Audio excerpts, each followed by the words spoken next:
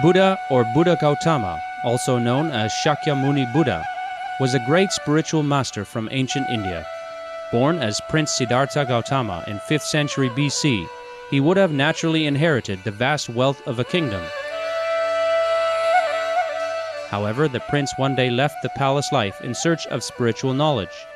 After years of contemplative seeking, the Buddha attained enlightenment under the Bodhi tree.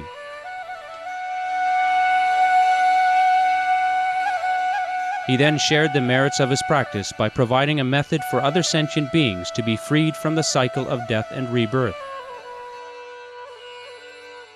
The rich treasury of Buddha's spiritual teachings on universal truths are studied and revered to this day for their deep wisdom and compassion. Today we would like to share with you the sage teachings of the Buddha, the Diamond Sutra.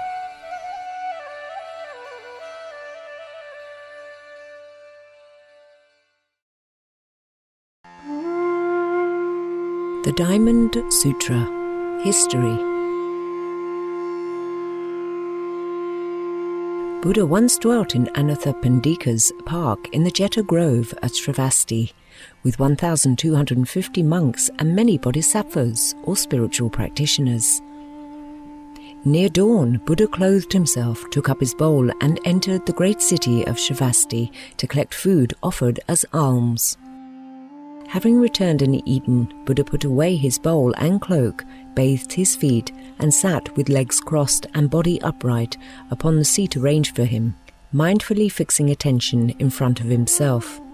Many monks approached Buddha, showing great reverence, and seated themselves about him.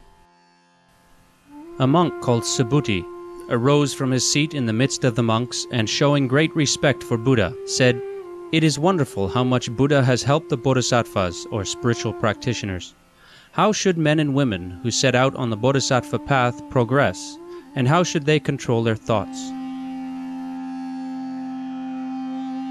Lead all beings to nirvana. Buddha replied, "Listen carefully. All bodhisattvas or spiritual practitioners should hold this thought. Every kind of created being which can be called a being, egg-born, formed in a womb, born from moisture or produced by metamorphosis, or with form or without, all these I guide towards nirvana, or the highest paradise, even though no being at all has been led to nirvana, the highest paradise." Why, if in a bodhisattva or spiritual practitioner, the conception of being, egotistic entity, personality, or separate existence should take place, this bodhisattva or spiritual practitioner would not be an authentic being of wisdom and compassion. Practice virtue. A bodhisattva or spiritual practitioner should practice virtue without regard to appearances, unsupported by sights, sounds, smells, tastes, tactile sensations, or mental attachments. A bodhisattva, spiritual practitioner, should practice virtue without attachment to externals. Why? This is the way to being Buddha, or an enlightened being. Tathagata's phenomenal attributes. Buddha then asked Subhuti, "But what do you think? Can the Tathagata, or Buddha, or enlightened being, be recognized by any phenomenal attribute?" "No, Buddha." Why? Because the Tathagata, or Buddha, or enlightened being, has taught that the possession of phenomenal attributes is in fact non-possession of any phenomenal attributes. Buddha elaborated, "Where there is possession of phenomenal attributes, there is delusion. Where there is non-possession of any phenomenal attributes, there is no delusion. The Tathagata, or Buddha, enlightened being, is therefore recognized by the attribute of having no phenomenal attributes." Ask about the future. Subhuti then asked Buddha, "In the future, in the last 5 centuries, when the way is obscured, will any beings understand the truth of these teachings?" Buddha answered, "Do not say this, Subhuti. Even then, in the remote future, there will be beings who will understand the truth when these words are taught. There will even then be bodhisattvas or spiritual practitioners, meritorious in conduct, practiced in virtue, and full of wisdom, who will understand the truth when they hear these teachings. Such bodhisattvas or spiritual practitioners, Subhuti, will not have honored one Buddha or enlightened being alone, nor will they have rooted their merit under just one Buddha or enlightened being. Rather, these bodhisattvas or spiritual practitioners who will find serene faith awakened upon hearing the words of this teaching will have honored and rooted themselves in merit under countless Buddhas or enlightened beings. They are known to the Tathagata or Buddha enlightened being through his Buddha thought. They are seen by the Tathagata, Buddha or enlightened being, with his Buddha eye. Hence, they are fully known to the Tathagata, Buddha enlightened being, and they will all acquire and produce inestimable merit. And why? Because, Subhuti, these bodhisattvas or spiritual practitioners will have no perception of an egotistic self, neither of a separate entity nor of a soul, no perception of a personality, nor will they even have a perception of dharma or true teaching, or adharma, or irreligion, or lack of dutifulness. For in them there will be neither perception nor non-perception. Explain Dharma or true teaching. How can this be? If these bodhisattvas or spiritual practitioners, Subhuti, should perceive either Dharma or true teaching, or adharma, irreligion or lack of dutifulness, they would think of an ego, a separate entity, a soul or a personality. Therefore the Tathagata or Buddha enlightened being has taught this saying with a hidden meaning. Those who know that the teachings about Dharma or true teaching are like a raft should renounce Dharma or true teaching, and, even more, renounce adharma or irreligion, lack of dutifulness. Buddha asked, "Do you think, Subhuti, that the Tathagata, or Buddha or enlightened being, knows any Dharma, or true teaching, as the ultimate and perfect enlightenment? Has the Tathagata, or Buddha or enlightened being, ever set forth such a teaching?" Subhuti responded, "Not according to my understanding of the teachings of the Tathagata, or Buddha or enlightened being. Why? The Dharma, or true teaching, which the Tathagata, or Buddha or enlightened being, fully knows and has set forth, can neither be taught nor formulated in words. For it is neither Dharma, or true teaching, nor adharma, or irreligion, or lack of dutifulness." Merit is non-merit. What do you think, Subhuti? Buddha asked. If a man or woman filled 1,000 million worlds with the 7 treasures and made a gift of them to the Tathagata, or Buddha enlightened being, would they accumulate inestimable merit? Subhuti answered, the merit accrued would be beyond reckoning. Why? Because the Tathagata, or Buddha enlightened being, has taught that such merit is non-merit. One who has entered the stream. What do you think, Subhuti? Buddha asked. Does a one who has entered the stream which flows to enlightenment say, "I have entered the stream"? No, Buddha, Subhuti replied. For he has won no dharma or true teaching, and therefore he is called one who has entered the stream. No objects of sight or hearing have been won, no smells or tastes, no objects of touch, nor even objects of mind. Thus he is called one who has entered the stream. If the thought, the fruit of entering the stream has been attained by me, occurred to such a one, then he would be seizing upon a self, or personality, a soul, or a concept of being. One who must return once.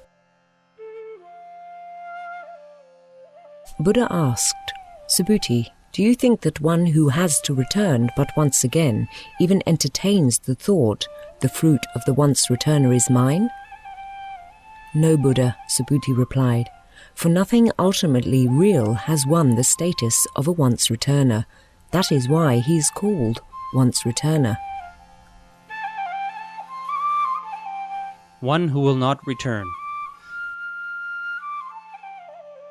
Do you think, Buddha asked, that the one who will not return at all ever thinks the fruit of the never-returner is mine? No, Buddha, Subhuti answered, for nothing which can be considered ultimately real has won the status of never-returner. One who is fully enlightened. Then Buddha asked, does the fully enlightened one ever think, full enlightenment is mine? Indeed not, Subhuti answered, for nothing ultimately real is called fully enlightened, and that is why one who is fully enlightened is called fully enlightened.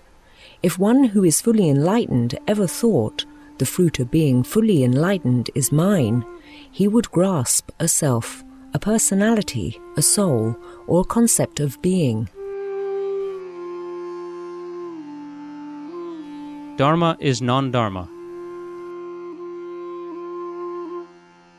Do you think, Subhuti, Buddha then asked, there is any dharma, or true teaching, or attainment, which the Tathagata, or Buddha, or enlightened being, acquired from the fully enlightened one?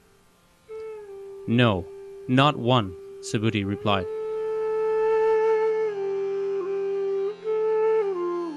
Perfection is non-perfection.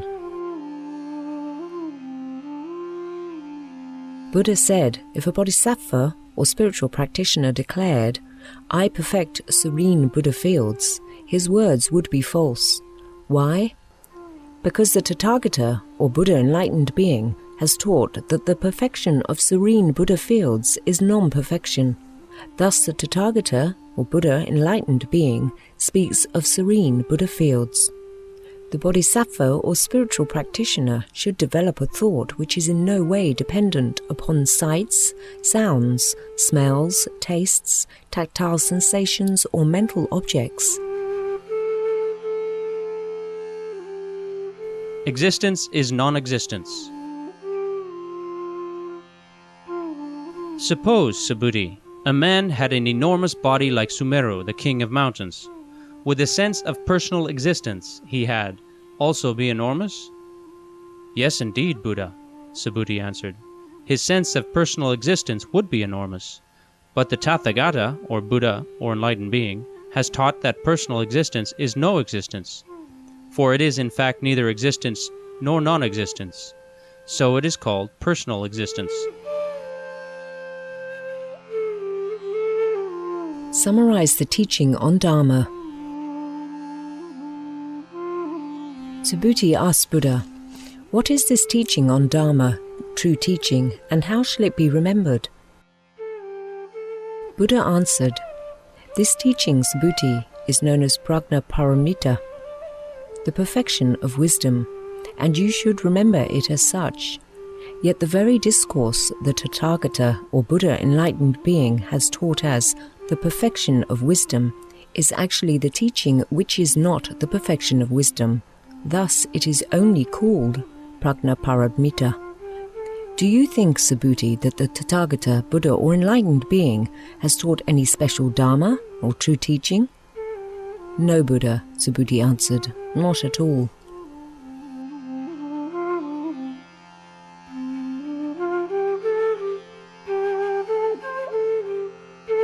Subhuti, hearing this discourse on Dharma, or true teaching, understood it and was moved to tears. He spoke, Buddha, the teaching of the Tathagata, or Buddha, or enlightened being, regarding Dharma, or true teaching, is most precious. Through it, Buddha cognition has arisen in me. Never have I witnessed such a teaching. Blessed are those who, when this discourse is taught, have true perception. Yet, true perception is in fact no perception, though the Tathagata, or Buddha, or enlightened being teaches true perception. When this discourse on Dharma, or true teaching, is being taught, it is easy for me to accept and believe it. But in future days, when the teaching wanes, beings will listen to this teaching, retain it, ponder it, and illuminate it for others, and they will be blessed indeed. For in them no sense of self, no conception of an entity, no perception of personality will exist, a sense of self is no sense. In truth, a conception of being is no conception, and a perception of personality is no perception.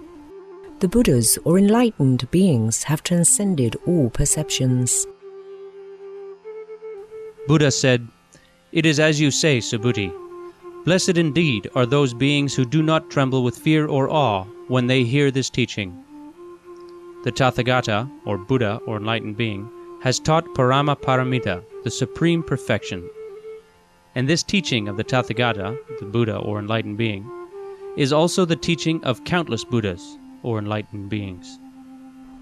Further, Subhuti, the perfection of patience taught by the Tathagata or Buddha enlightened being is in reality no perfection. Why? When the Raja of Kalinga mutilated my body, I had at that time no sense of self, no conception of a being, no perception of personality. If such a conception or perception had arisen at that time, anger and hatred would have arisen in me. But for 500 lives I have been a sage suffused with patience, having no sense of self, no conception of being, no perception of personality. Practice virtue. A bodhisattva, or spiritual practitioner, once he has relinquished all perceptions, raises his thought to the enlightenment. He releases a thought free of form, sound, smell, taste, touch, or mental activity, free even from dharma, or true teaching, and adharma, or irreligion or lack of dutifulness. For all such supporting conditions are in reality no support at all. Hence, the Tathagata, or Buddha or enlightened being, teaches virtue should be practiced by a bodhisattva or spiritual practitioner who relies on no supporting conditions. A bodhisattva spiritual practitioner should practice virtue in this way for the welfare of all beings. And yet, the perception of a being, Subhuti, is no perception. All those beings just spoken of are in fact no beings. The Tathagata, Buddha enlightened being, does not speak falsely, but rather speaks the truth in accord with reality. Yet the Dharma, true teaching, which the Tathagata, Buddha enlightened being has attained and now illuminates for others, is neither real nor unreal.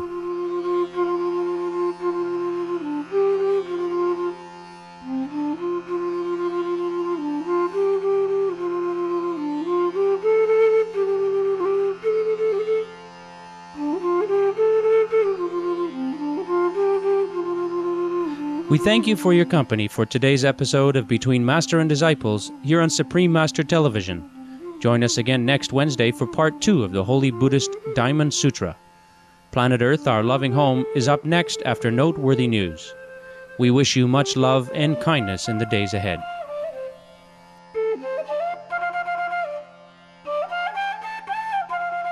For more details, please visit www.suprememastertv.com/BMD